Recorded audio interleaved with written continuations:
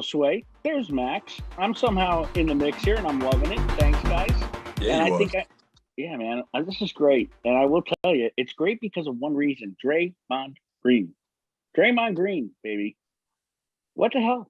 Double standard? I agree with them. I'm going to throw it to Max. You agree with him, Nick? Normally, you are pro management. Psych! You are. I don't agree. I knew it. You knew that was Jesus. No, I'll start there. I'm surprised you let off with this. Yeah, why not? Because I know it's a topic that's on the tip of our tongue. Because and truthfully, I know you two are going to disagree with me, so I like that. And I just feel like it's any other. It's an at-will employment, and you can get fired for any reason except asking to do something illegal. And therefore, if they want to arrest somebody like Drummond, they should be able to. And in turn, if they want to fire somebody like Harden, they should be able to. So, meaning, the two comparisons. Max, what say you? I know you're going to hate everything I just said. To figure out, where were you at with that, Nick? I mean, what do you mean? You went down the street and then came back, and I don't even know where you're at. The topic here is that Draymond Green is talking about a double standard in the NBA, saying that owners get mad at James Harden when he wanted to leave town and he dogged it. As they but should. At the same time, when players have guaranteed contracts, then teams sit them out and say, okay, we're ready to trade you now, but we're not going to play you. So you can just sit out now. So where's the big difference at? Because they're running the team? Yeah, but Max, this is a whole other part of this that it's easy for Draymond to leave out. I mean, let's face it. You think Andre Drummond wants to kick it there in Cleveland? He's in on this, right? I think that's the difference there, because whereas when the player is getting traded, or at least in another situation where a player's getting traded and doesn't want to leave, yeah, he has no say in it. Then when the team, I agree with that. It's a double standard. Yeah, no trade in it. Oh, yeah. No, I get it, because you're not the team's not always quote unquote loyal, right? But then when the player's not loyal, there's a big problem. Well, listen, Max, you're right. I did come off all over the place because you know what? It is a double standard, and the employer has a right to employ with a double standard. Nick likes the double standard. I'm not saying I would do it, but as an employer. But how can that be, Nick? And let me give you a good example. Fans were always talking about players not having any loyalty. That was a big thing with LeBron James. Oh my God, he's not loyal to Cleveland at all. He leaves them high and dry. Destroyed the economy. Wait a minute. When he played there for 4 years and made them relevant, but once he was a free agent, he had a right to go play someplace else, right? Why were people burning his jersey and pissed off because he left as a free agent? Now, the same example I'm going to give you is this one. In 1980, I know it's coming. 1984, Here it is. 1984, I signed a 5-year contract with the Celtics. Oh boy, that's what this is all about, huh, man? You knew this was coming, Joe Sway. Whoa! I'm just saying here. I'm just giving you an example. I should have seen this coming. You're talking about loyalty. They decided they wanted to trade me.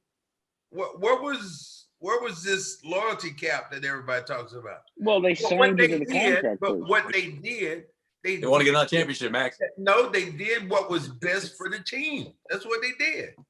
They did what they thought was best. That's a whole other argument because I don't agree.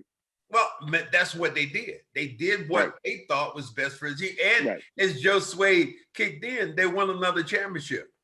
They would have won several more had they kept it. Possibility, but they won. Definitely. They won one more, but what I mean by that, Max, is that when a team's going to go all in, they're going to go all in. They don't care who's getting traded. Like, that's my point. There's no such thing as loyalty when it's, look, we're trying to win another championship. Well, don't give me that crap, and don't give me that shit about loyalty to a team when a team can sit down and trade you away. I don't want to hear it. Max, can you see Dr. J? Could you see Dr. J? You know what it's called, Nick? It's called a business. Yeah. And look, and do it like this. That's a double standard. No, do it like this. Fans should see it as a business, and players see it as a business. So when things happen, nobody should be pissed off. You know, no, you shouldn't be pissed off at me because it said, look, I gotta go. They traded me. I wasn't pissed off. I was like, okay, you know, that's their prerogative. They can Max, do what they want to do. You weren't in on it though, right? And in a lot of these cases, the players in on it. You weren't in on it. No. That's the difference. No. It still rings true though. I had to be in on it because he had to approve it. The way the contracts were set up is I had to redo my contract. But you didn't initiate it. No, I didn't. You didn't. Yeah. I didn't initiate it. Okay, I guess that's a better way to put it. And I didn't initiate it, and I lost money. Yeah, a lot. And I lost some money. And a sneaker deal. Yeah, I lost some money in the deal. So people start talking about loyalty and, oh my God, let's be loyal to the team. Tom Brady wasn't loyal. This person, when you think about players and what they do, their shelf life is a short one. And if they make decisions from a business standpoint about themselves, fans shouldn't get pissed off about that. I know you can be disappointed, but there's a big difference between disappointment and pissed off that a guy decides to leave. LeBron James made Cleveland relevant. That's what he did. We didn't even know Drummond is not. We didn't even know who the hell the Cavaliers were. And he played there for 3-4 years, got them to the finals. Longer. They didn't win it, he got them to the finals. Yeah, 7 years. And he played there, 7 years, played his contract out and decided to go elsewhere. It was a big to-do when he left. Now, people keep saying, well, it was about the decision because he didn't tell Dan Gilbert. He didn't call Dan Gilbert. Well, the only mistake he ever made. Dan Gilbert found out just like the rest of us. Yeah, that's right. I'm going to South Beach. No, that wasn't my problem, man.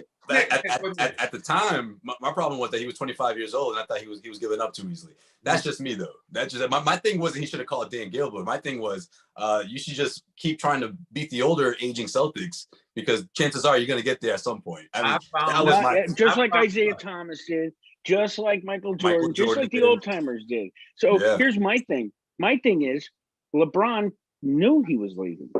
He started the season and changed his jersey number from 23 to 6 because Miami has 23 retired. 6, he said 23 should never be worn again by anyone, yet he's wearing it now. He chose 6, Dr. J and Bill Russell's number. All right. He knew where he was going because that kid, you said Miami, Pat Riley, Miami retired Jordan's number. They retired Jordan's number. Oh, yes. Idiotic, typical. They need to fill seats. But Pat Riley, who we all know on this call, if you guys disagree, I mean, I don't know, but the guy's a friggin', I mean, he's Red Auerbach in the dirtiest sense, if you want to say, from tampering and all that stuff. LeBron knew he was leaving. And then let's face it, Max, you were there. We were there. 2010 elbow, he threw that series. I don't think he gave it any effort whatsoever. The Celtics had no business beating that Cavaliers team. And everybody will go on and on about he had no help, but they won 66 games. Nick, name me the guys on that Cavalier team other than LeBron. Shaquille O'Neal, Mo Williams. Done. You're already wrong. Done. You're already El Gauskas. You're thinking of Cavs 3.0, Nick. Let me do you like somebody used to say all the time. You're making my point, Nick. Okay. Well, how'd they win 66 games and they danced all over the court all season? I got you, Max. I got you. Names, Nick, and you start saying Varejao. No. Wait. You talking about the team that went to the finals? No, we're talking about the 2010 team when he left. Well, okay, Nick. Name 66 the other team's more fun. How many of those guys were all-stars? And please don't talk about Shaquille O'Neal being an all-star. It was still a formidable force. He was a serviceable center. No, he was not. Antoine James. The year later, we gave Mo up. Williams. The Celtics gave up Kendrick Perkins for him 1 year later. They gave him up. No, they didn't. Basically, they went with Jermaine O'Neal injured and Shaquille O'Neal. Fellas, how do we end up with him? Let's circle this in, Josue. You always have to be the lead host because I suck at it. Next order of business. Go ahead, Nick. All right, let's reel it in. Drummond doesn't matter. If the teams want to sit him, they could sit him. That's my opinion. And I think what James Harden did was deplorable. He wore a fat suit. I'm pretty sure of it. Look at Max's face. There it is. Next on the line of order of business, the Celtics. Let's start here. Last night, I watched the post-game show. Joe Sway big timed them. He was not available. But one of the big topics was: is Jayson Tatum and Jaylen Brown, are they smart? Are they smart? Are they soft? Can they lead? I don't think. Here's the kicker. Wait, Max. There's three. What's the last one? What's the last one? The last question is: do you want them? Do you think they're ready to make the All-Star game again? Do you want them on the All-Star team? And it says, hear it out. The playmaster last night, Max, his big argument was, I think they need to work instead of be praised at the All-Star game. I think they need to really work on their skills to get this team in order. Maybe they practice, whatever. And furthermore, I don't know that I want Jayson Tatum around the likes of Kyrie Irving, Kevin Durant, all that colluding that goes on down there at the All-Star game. That was the debate. I think it's interesting. Nick, interesting. Let me say what you already said about that. You had already said that Jayson Tatum wasn't coming back anyway, and that was a year ago because all that malarkey. He was talking to Kyrie Irving. I saw him, and he sat there and I said he's not coming back. And look, don't worry about all that. You said that, Nick. Both the guys you talk about are under contract now. Now, if they go down there, I don't care about the All-Star game. What do you think they're going to do? Wait a minute. You think that during these 5 days or whatever it is, or days they have, they're going to go in the gym and practice what? Shooting? Is that what you think is going to happen? No. I said the playmaster said it, not me. Not that I don't agree with it. I can tell you the playmaster's wrong here. Yeah, I agree with that. I agree with that, Nick. But you know what, Max? Jaylen Brown needs this award. You're about to say, he busted his ass to get better. So it gives him and he's mature enough to handle it on what he's done going to the All-Star game. So I have no problem with it. And do I want the All-Star game? Not really. But I think this is all about the NBA and money. This is what it's about. The NBA is going to make money. Players are going to make money too because of this All-Star game. Don't think that's not the case. So that's what the NBA is doing. They're showcasing the best All-Star. Now watch this, Nick. The best All-Star game in any league.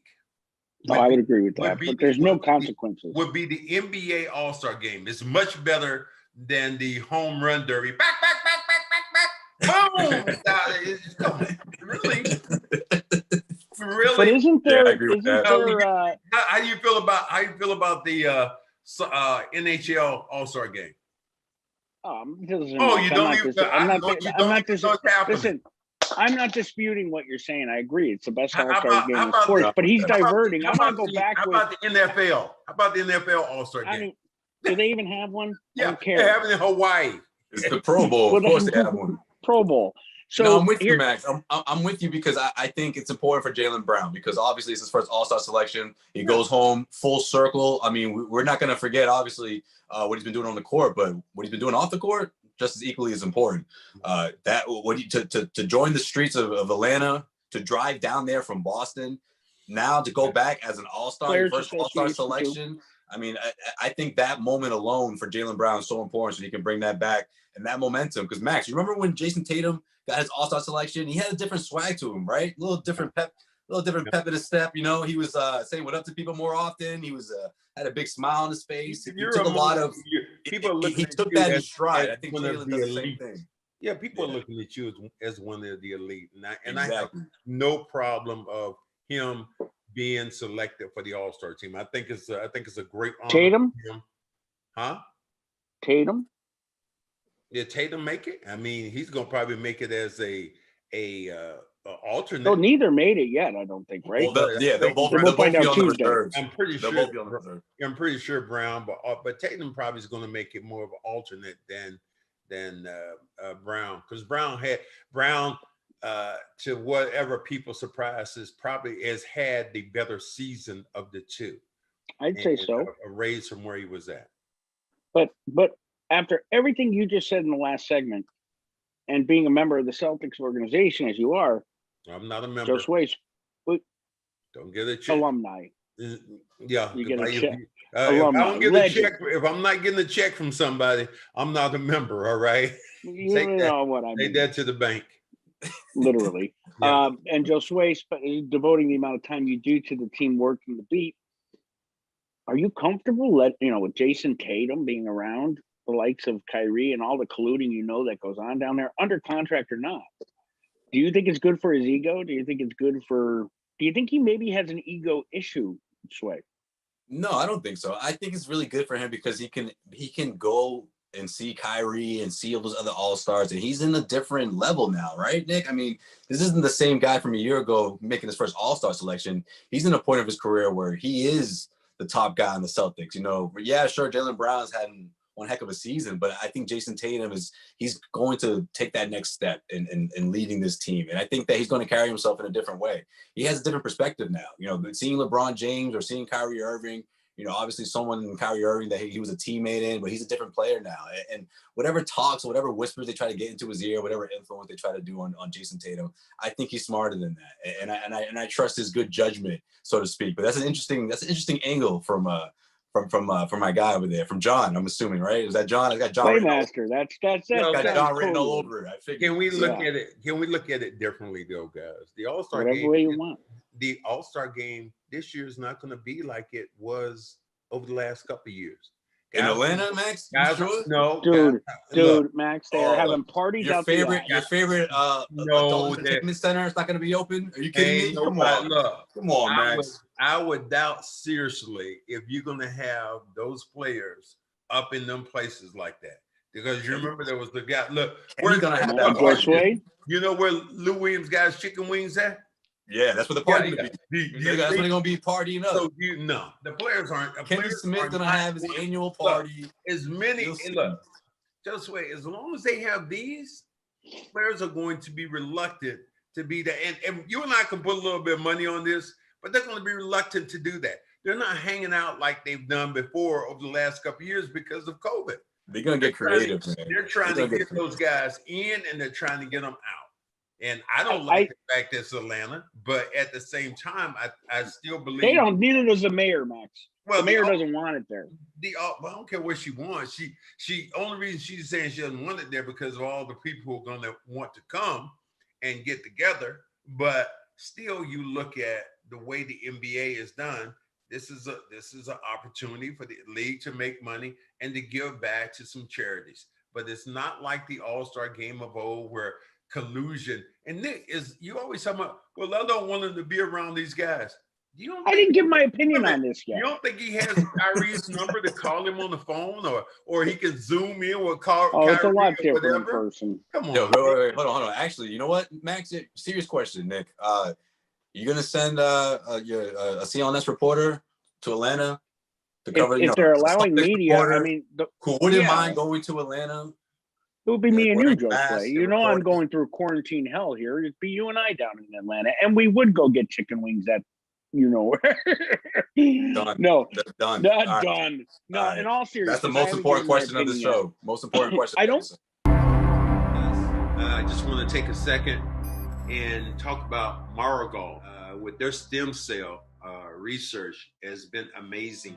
I went and did an evaluation, and I ended up getting a shot.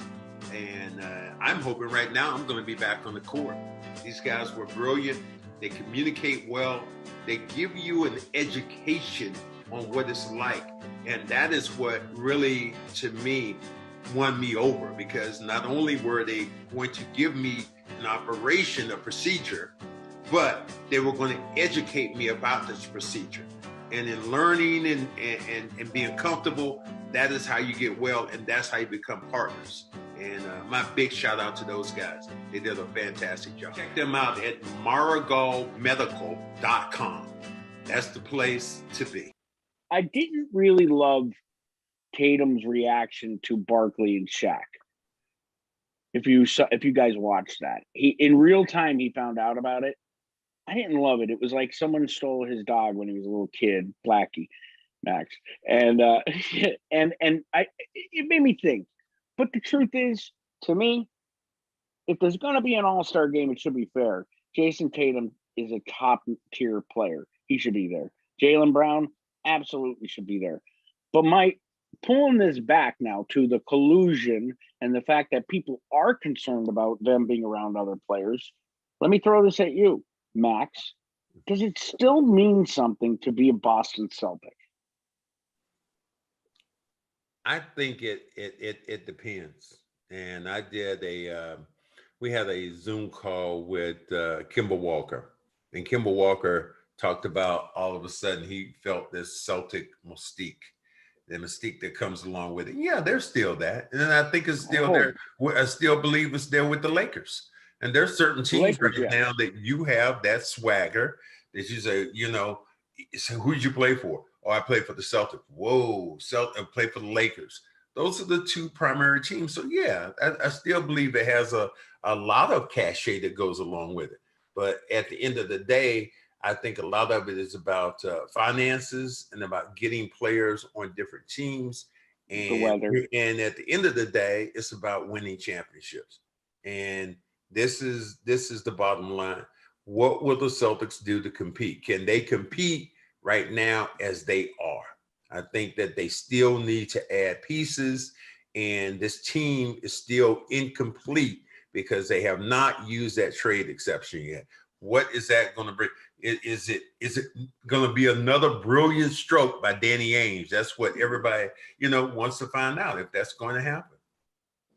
Yeah, you know what? I agree with you, Max. I think just playing at the Garden, I think there's still a mystique to it. You look up, you see those banners. I don't think that's just what people say because they feel like they have to, right? I think that's genuine. And you look at the last chapter between the Celtics and Lakers, like these kids, they weren't, they remember that. They're not that young, right? They remember Kobe. They remember Garnett on the Celtics. They don't remember that, but you get in that environment. There's a certain feel. Well, no, I think they do remember it. No, like Josué, Bobby doesn't even remember. To that game that is unlike. Bobby's like 22, man. I'm talking about like 25 to 30-year-olds. I think they remember it, yeah. That still resonates with them, right? 10 years ago, they're in high school. It's still the whole thing with Celtic Lakers. That's still there. It'd be akin to Yankees Red Sox when you see those two teams, but they're just certain, I don't know enough about hockey to say anything about that, but, baseball teams I can say, or even football teams. You think about is it still a mystique right now to have the star on the side of your helmet, to be a Dallas Cowboy, as bad as they've been, is it still that mystique? I think that certain franchise will hold that mystique forever, ever in a day. That is Cowboys is the best example, Max. That's a really good example, man. When's the last time that, and people, they're still diehard fans. There's still that mystique. There's still that grand franchise right up there with the Patriots, for sure. Yeah, I mean, people still talk about Jerry Jones and Jerry Jones. And you look at that team every year, big Cowboy fan, and all they do every year is they continue to suck. They continue to suck.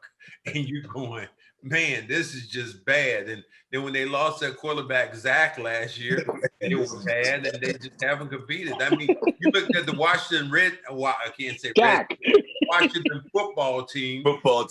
They end up getting in. They end up having almost a losing record to win their division. So it's just crazy. But you think about great franchises, and you see those shirts, and you just kind of wear them with honor. You remember for a while how it was to be a Chicago Bull fan. That was just a Celtics fan. It wasn't so long ago. But the Chicago Bull fan, that's faded away now. Oh yeah. Miami Heat, that's faded away now. But you get certain franchises who they live. It's like Pittsburgh Steelers. They live on. Certain franchises just do. How much, like you mentioned the banners, Josué, and this has been on the tip of my tongue, as you guys know. Heard Perk mention it. Max, I think you might even have talked about it on radio. How much do the young leaders of the Boston Celtics, Josué, miss the fan motivation in the stands and even the fan hatred in the opposing arenas?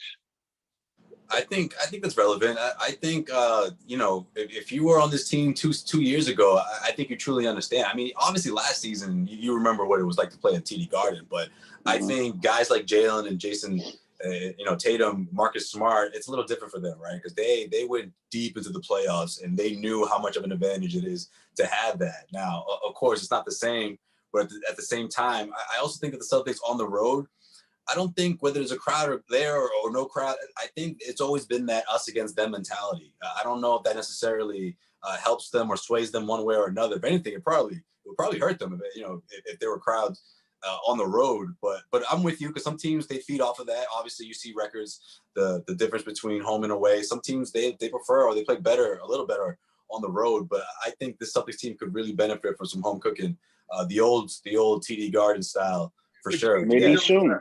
But here's what Nick will say, and this is where I say he's right. What's going to happen is that you're going to have maybe 10% of the crowd there. Going to be. It's going to look like the ABA. They finally come in, and then what will Nick say? He'll call me in the middle. They're pumping noise in, Max. They're pumping fan noise in. Just wait, they have been fan noise. Wait, let me tell you what Nick called me the other day. He said yesterday. Oh my God! He said in New Orleans, what they were doing, they were pumping in. The refs suck. I was like, no, they weren't. He goes on Twitter. He said it was on. He said it was. There were people there. He said it was on. He said it was on Twitter. And I was like, no, it was on Twitter. I said, that's why you can't believe everything on Twitter. Right. But I thought I heard it with my own ears. You hear, Max? It was on Twitter. Like, wait a minute. Do you think that New Orleans, an NBA team, is going to say, hey, turn that thing on right there and say, the refs you might suck. Be right about that. But what did I say, Max? Yeah, you might be right about that. Yeah, you might be right there. But Joe Sway just said something. There were fans there yesterday. Yeah. Maybe it was the fans saying it. It might have been 1,000% the fans, Nick. That's the whole point. I mean, you heard it too. Yeah, of course. What New Orleans had was incredible. There was legit a crowd there, but the only difference was most home teams, when you're playing against the Celtics, that's what happens, right? It's at least there's always that fraction of 20% of the fans are Celtics fans. So it was a little split. I wouldn't call it 50-50. It was more towards the Pelicans, but there were a lot of Celtics fans there for sure. So what fan? I'm so confused. Like, what fans are being let in? There were people in the lower bowl, which is crazy because I thought that they were only going to do balcony only, but there were people in the Loge. But maybe not the lower bowl, but they were in the Loge. The fans right now at the Garden are going to be in the Loge area. Are they? So that's where they're going. That's where they're going to be. I've heard that, where we broadcast now in the Garden, we're going to be moved up a little bit, and the fans are going to be around the bowl, which is going to be weird. I understand that you want to bring fans back, but it's not going to hit until you have a full house again. It's going to be like the ABA game. Max ain't going to take no pictures this time. Max like, nope, get away from me. Don't talk to me. I'm working. Max, don't give me COVID. Don't give me COVID. Don't. Oh, I dress up when I come. No, I dress up when I go to the Garden. You do now? Yeah. You're still looking sharp? I dress up when I go to the Garden, but I'm thinking with fans when I'm at Beasley Studio, I'm, oh my goodness. I am bum of the day over in that studio, laid back. You pull up the sweatpants on. I love it. Absolutely love it. Hey, Max, is it just me, or I didn't know Brian Scalabrine projects his voice so loud when he's on? Man, I could hear him from up top. In the halo. Yeah. Yo, I'm up in the halo and he's screaming. I'm like, dude, man, you about to get into my report. We are standing beside him and we got headphones on, and he comes off after the game and he is like screaming. Let me tell you, fans, I'm like, Jesus Christ, man. And Gorman's so soft spoken. No, Gorman's not on then. You don't hear him. Brian Scalabrine and his closing remarks. Yeah. Somebody in the studio. That's when he got into my report. His voice made it to my report because he was screaming. He is just like, dude, these are called microphones. They project out. You don't have to be a mentor. You should be a mentor and tell Scal. I'm not a mentor that way. These are microphones. You mind your own business. You're not trying to scream back to the studio so they can hear. Help Scal. Yo, Nick, I looked down, and I was like, I know Max is fucking pissed right now. Like, I just knew it. I just looked at Max, I was like, yo, if I can hear him up here, I don't even listen. We're out of there probably. I was going to say he's on the pipe by then. we get a couple of minutes, and then that's it. That's about all. So where's this team going to go, guys? I mean, really, I just pulled a D Lemon. I didn't direct that at anyone. No, Max, that was how good. far can this team go? You know what? That is a great question, and as constructed, and as constructed, the way they as are coached right now, I would say second round. And depending on who they play, they beat somebody in the first round. Second round, that would be tougher. But if they met Philadelphia right now, the way the Philly's playing, or Brooklyn, the way they're playing, I mean, I don't think the Celtics right now, have enough firepower to go with those guys. But Max, Joe Sway, I'm not cutting you. I have to ask this to both of you. I know you have a comment there, Sway, but what's so different besides Gordon? What's so different? Ennis Cantor? I mean, come on. I would say, honestly, Nick, the focus on defense is one that sticks out to me. You think Gordon was a vocal leader on defense? He never talked. Well, no. I'm not saying Gordon. I'm saying overall. Have to be vocal. They were more connected when Gordon was out there. That's true. 20% of the time, Joe. What I've seen right now is this team. They can outscore you, and over the last couple of years, they could out-defend you, and they haven't really defended. You think about yesterday's game. Oh, I mean, you're up by 20. You up by 26 points to the opposition. There's no way you lose that game. But they couldn't defend, and then once their jump shots stopped going, and that's always the case. Well, how about this? How about just attacking the rim? Getting a couple please. That's exactly what the Pelicans were doing, and they were getting the line over and over again. They settle for the. Now Jaylen Brown was attacking the rim, but other than that, everybody else was consistently being a jump shooter, and so I just think that, and when they're playing at their best with that team, like yesterday, there was a point when I was like, man, these guys can be really good. Me too. Tristan Thompson. And was going along well. He was playing well with Tice, and then you had those Williams. You had those three wing guys and Robert Williams. So I just think if they can just get some consistency, man, they could be tough. I tell you what, they're not going to be easy out, and there's not a team that would want to play them because of that. Well, that's not what opposing teams are saying. I mean, opposing teams are saying Jalen and Jayson are no leaders. Sorry, Joe Sway.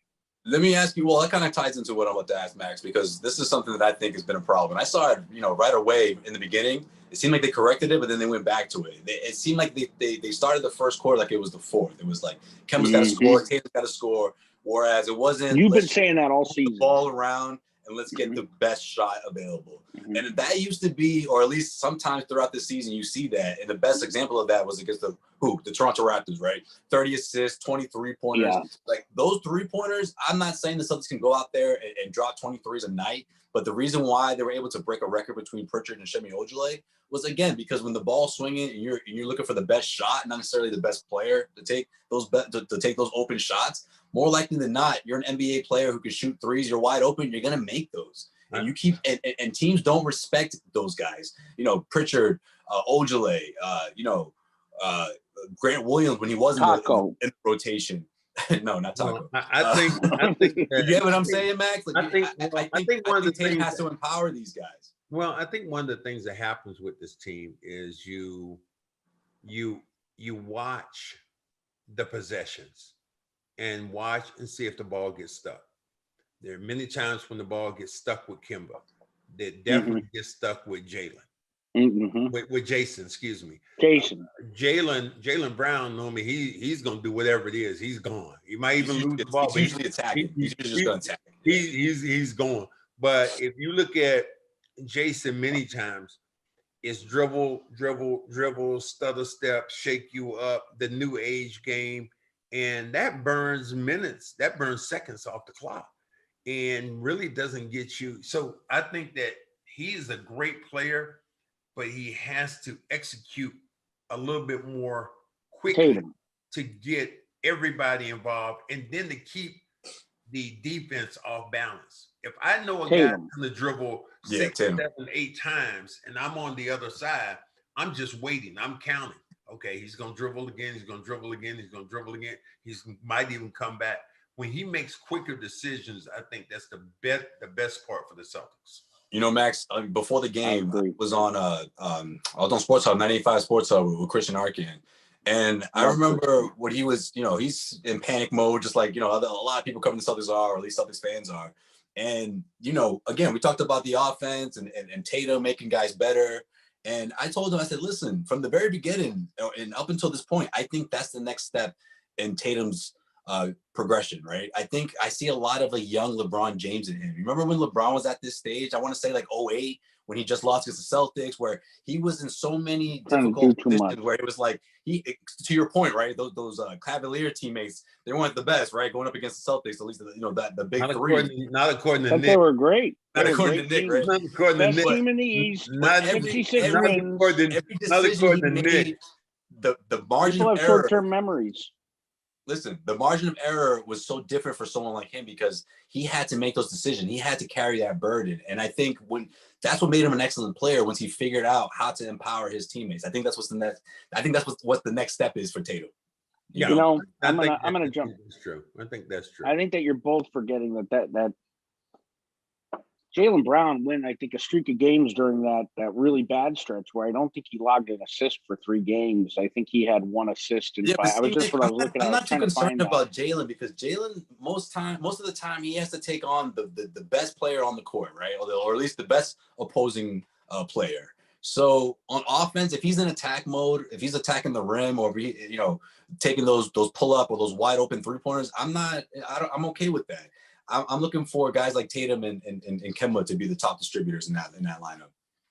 When I hear you making your teammates better, I think that's an ingredient to an all-star or a superstar. You've got to have more than 0 assists. Well, no. Well, I think it's true. Yeah, that's true. I think it's true, but you have to look at it this way, Nick. If you pass the ball and somebody doesn't make the shot. That is a really good point, and no one else is making shots. That's what Jaylen would say. That is, he might pass it to somebody. They don't make the shot, then it goes for naught. So I think you look at it. But you know what we're not talking about? We're not talking about really one thing. We're not talking about the glue of this team. And we see how valuable Marcus Smart. Thank you. Yeah. All these people who have been on this, Marcus Smart, I hate what he does. He shoots too much. He doesn't playmaster. What he does is he connects this team on the defensive end like nobody else. And because of him controlling the initial point of attack on the defensive end, it helps their defense. Right now, they don't have him. So they don't have that person controlling the initial point of attack. And he is believe it or not, he is their best. He's their best facilitator. He's their best passer. So there are all these things you miss about him, the intangibles. That's what people aren't focused on right now. They're just focused on the losses, which I understand, but they also need to focus on that part too. In the fairness, it's the style of losses. But Marcus, we're forgetting about the emotion. Had he been there yesterday, our boy Gary Washburn would have been perched outside the locker room because I think Marcus would have he would have flipped the hell out on that second unit. Max, when you were playing, you're starting, second unit comes in, they blow a 30-point lead, and KC has to put you back in the game. You guys would have had you'd have had something to say about that probably. That would have been terrible. But you know, you had a great bench. But yeah, that's that helped.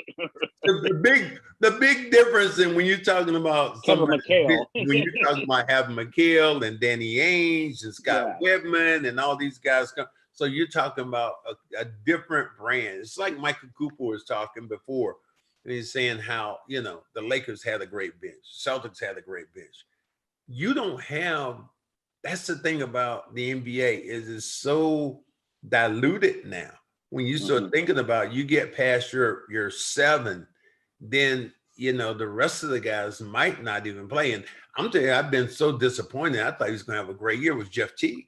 I thought Jeff Teague was really, And Jeff Teague is just so did Danny Ainge. He has struggled mightily. I mean, he started out this year. He wasn't, he was pretty good knocking down shots. But then the last, that one game, bro. Yeah, the one last season opener. The last 5-6 games. I don't even know. Did Brad even play him yesterday? I mean, I don't know. Did he? I don't really. I hope he didn't. It must have been for a second or two, but I think he might have played for a couple of seconds. But I don't think he did, bro. I mean, Brad Thompson level and Jeff Teague is kind of gone south. Tristan Thompson made a great point. He's out the rotation. And one thing you're starting to see is Tristan Thompson rounding his game to playing shape. And he made a great point by saying he hasn't played basketball in almost a year. And you've been saying that, Max, all season. Yeah. You've been saying that. Well, do you guys had him post game yesterday, Tristan? No, we only have post game winners. Oh shit! You sound like Trump. That's a very Trumpian thing to say. No, that's just a true statement. The only time we get guests is after a Celtic win. So what did Alonzo Ball have to say? No. Well, we used to, it's real funny. We used to do that.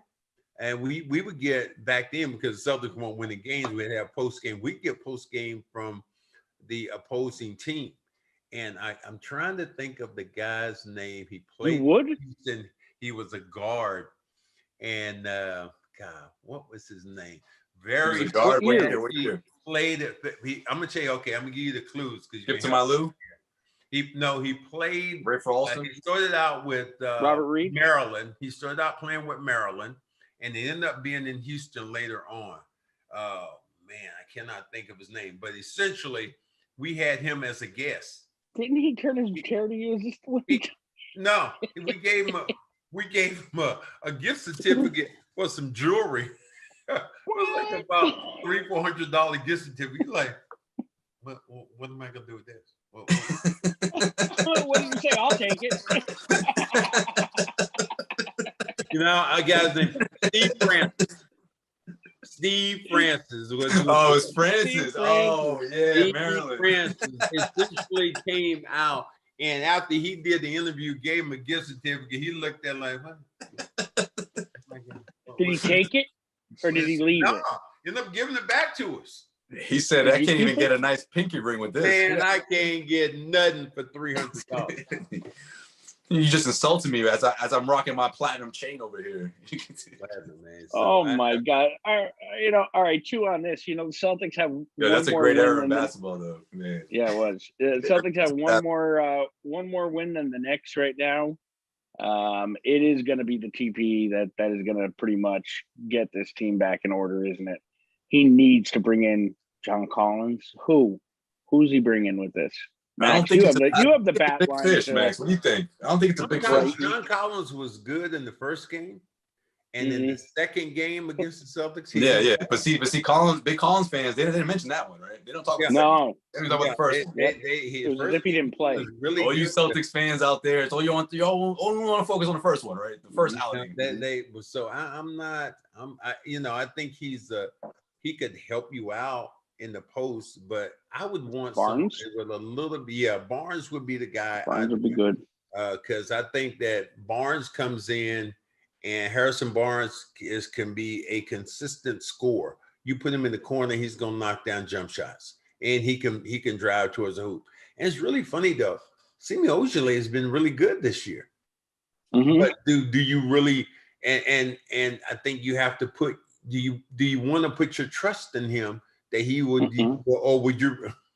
Okay, you answered that one.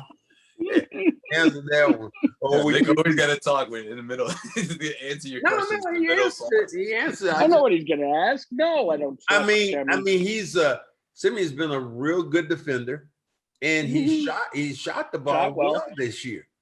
But you just don't trust that. You don't trust that car. Do you? No, I'm saying you. You're saying I asked you the question. Well, I just said no. I said no, Nick. What you mean? I said no. I think. You mean in to be consistent in crunch time? Well, to rely on. Here's what I think you get with Harrison Barnes. You get a more reliable shooter. No question. And you get a guy who has a championship pedigree. Mm-hmm. And because of that, I think they're lacking that. I think he gives you an upgrade on how to win.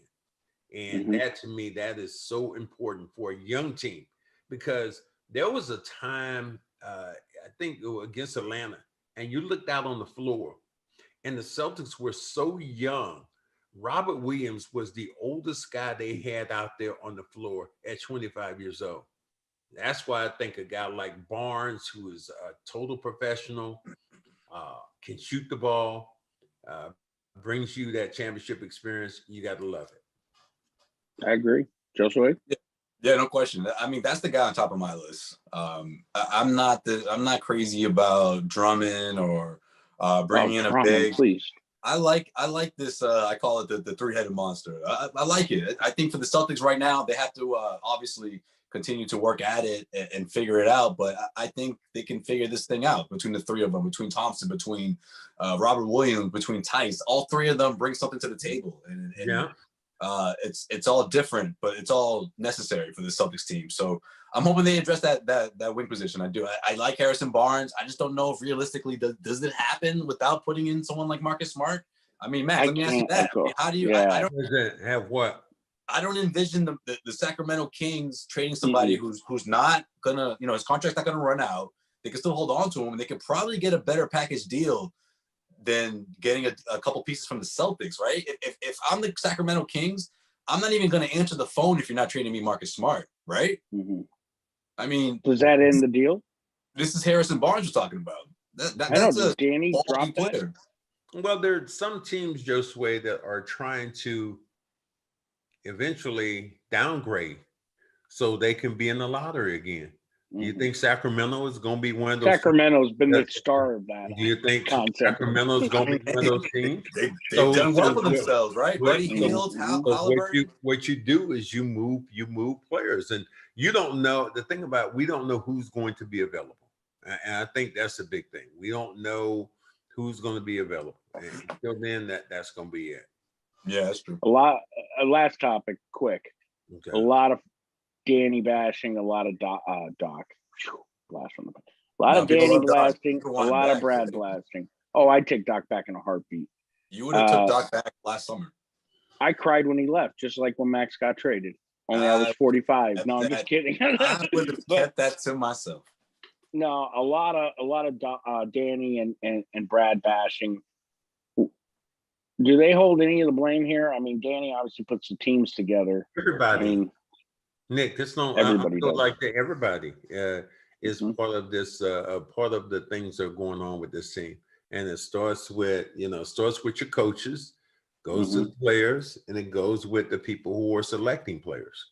So I don't think that anybody is immune to saying that you looked at this team and you would think that the New York Knicks would be one game right now behind the Boston Celtics. You'd have never thought that.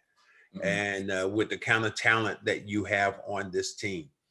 But again, I think that we're missing that valuable part that we're not talking about how good this team is with Marcus Smart. And that ends the conversation, because you are missing one of the best players on your team. And without him, you're not going to know where you stand until you get him back, until you make that trade exception. The swagger that this team is missing is palpable without Marcus. Go ahead, Josue. No, I agree to that to a certain extent, though. But I think the most important player is someone else in the backcourt. I think it's Kemba Walker, and I think he's shown me a lot of positive signs. And listen, from the beginning, I wasn't necessarily worried about Kemba, because for me, it was he needs to be the eye test.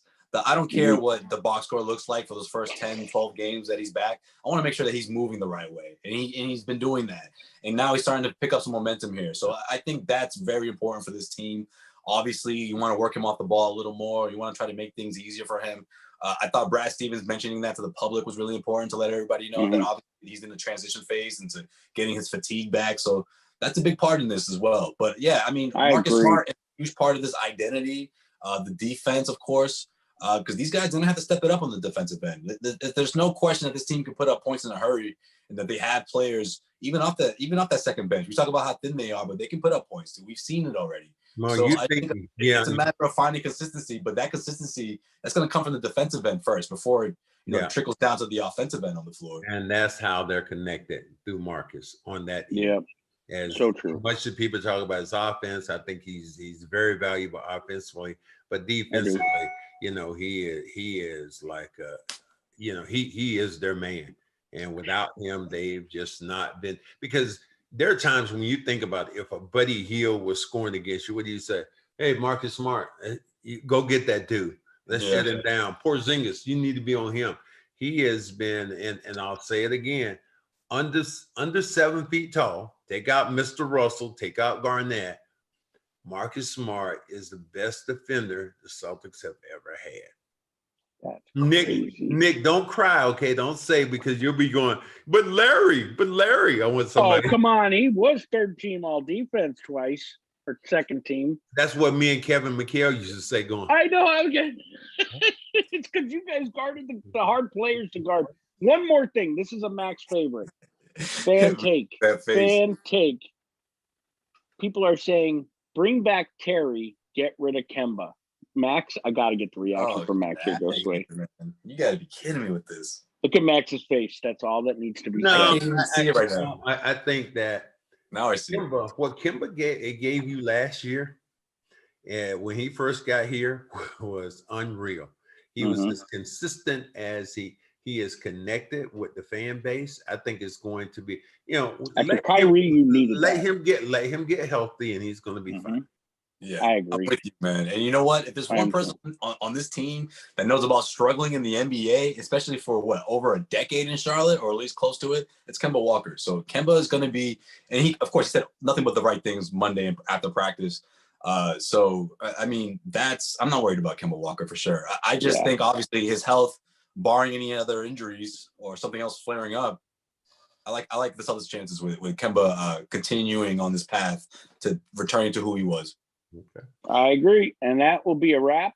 I'm Nick Gelso, with the honor of being asked to kind of host these two legends. Good job, Nick. I threw in legend there. I like this host voice you got going on. It's like this game you show like it? / podcast. Well, it's kind of like a 1970s match game, You're too young to know that. Max knows it. Look at him laughing. I don't even know what that means. I got that long stick mic, What's a match? Oh, dude, go on YouTube. It is classic shit. Classic. And I'm doing my best Bob Barker voice. All right, so Nick, tell me, who wins the car, man? Who wins the convertible? Not Max. They gave out a watch that year, so You know what? With that, it's time to leave Zoom now.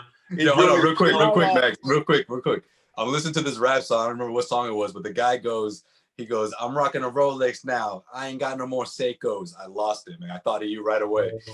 Oh. It said it in the credits, dedicated to Cornbread Maxwell, MVP. I thought of you right away. I was like, man, I know someone got a Seiko. Thank you. I know somebody rocking All right, Seikos. gentlemen. All right. Cedric Maxwell podcast powered by Marigold Medical. And Max is going to be dunking soon. We'll talk more about that later next show. Thanks all.